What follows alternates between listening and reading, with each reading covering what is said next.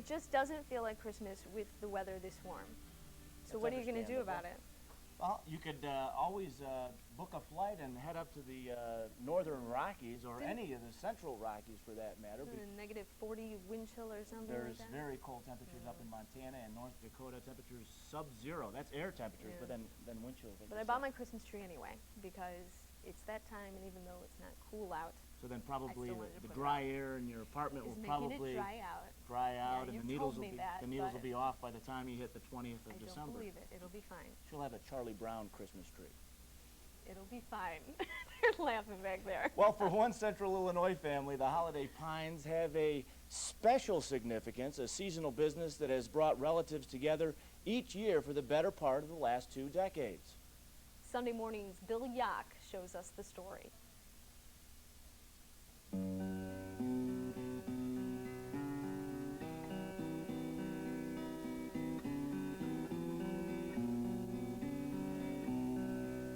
Legend has it that 16th century church reformer Martin Luther was inspired by stars shining through the boughs of evergreen trees one winter's night, giving birth to an enduring symbol of Christmas.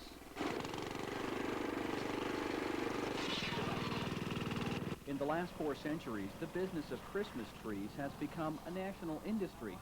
But for Ken Roellig, the seasonal pines are strictly a family affair. Every one of them is either a brother-in-law, son, son-in-law, nephew, with the exception of 2 people, and they're friends of the family. Ken planted a few acres of Scotch pine seedlings 25 years ago. We don't fertilize, we just set them out and keep it mowed and keep them trimmed, and nature takes care of it. The 7 acres now planted produce 500 trees each year, just a backyard plot by industry standards. For us, it's all we can handle. We do everything ourselves, our own family. For the Roelligs, it's not the number of trees that's important, but coming together each year to harvest them. We stopped having our Thanksgiving celebration as a whole family together on Thanksgiving Day because Ken and his wife and family were getting ready for this. And so actually then we would start thinking of it then as the day after. Well, finally had a nice day for this, didn't you? Last year set you up for several. For the last 15 years, on the day after Thanksgiving, relatives like Sister Alberta and brother-in-law Al Karcher have gathered at Ken's little Shelby County tree farm and harvested that year's crop of trees.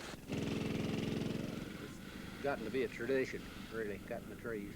A tradition that has filtered down through 3 generations, from the days of hand-cutting each tree. You had to get on your hands and knees underneath the tree to do the cutting. Then dragging the trees back for baling and loading. Everybody had to pull them through, and that was too much work.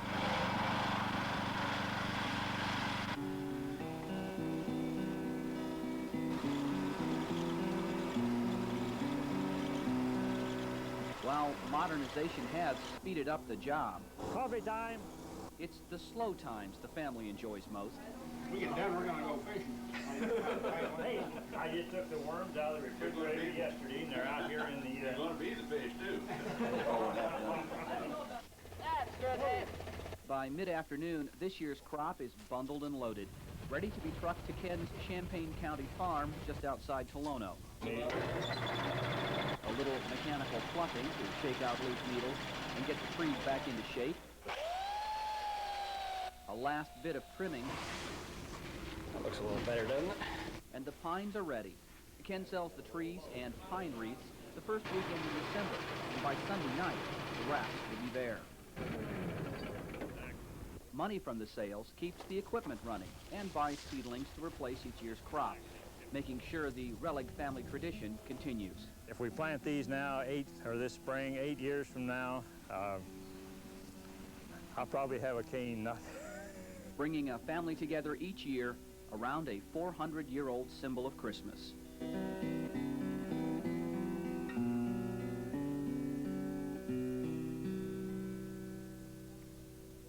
think that's the biggest tree topper you could ever get on a Christmas tree is the sun. Ken's family do get something for all of their hard work, a free Christmas tree each year, so it makes it worthwhile. Earlier this week on CBS This Morning, Harry Smith interviewed the family in Missouri that is sending the Christmas tree to the White House? Tree to the White House. Yeah, that was a neat story, too. Maybe someday it could be right here in Central Illinois. Very possible. They've grown that big. Let's hope so, anyway.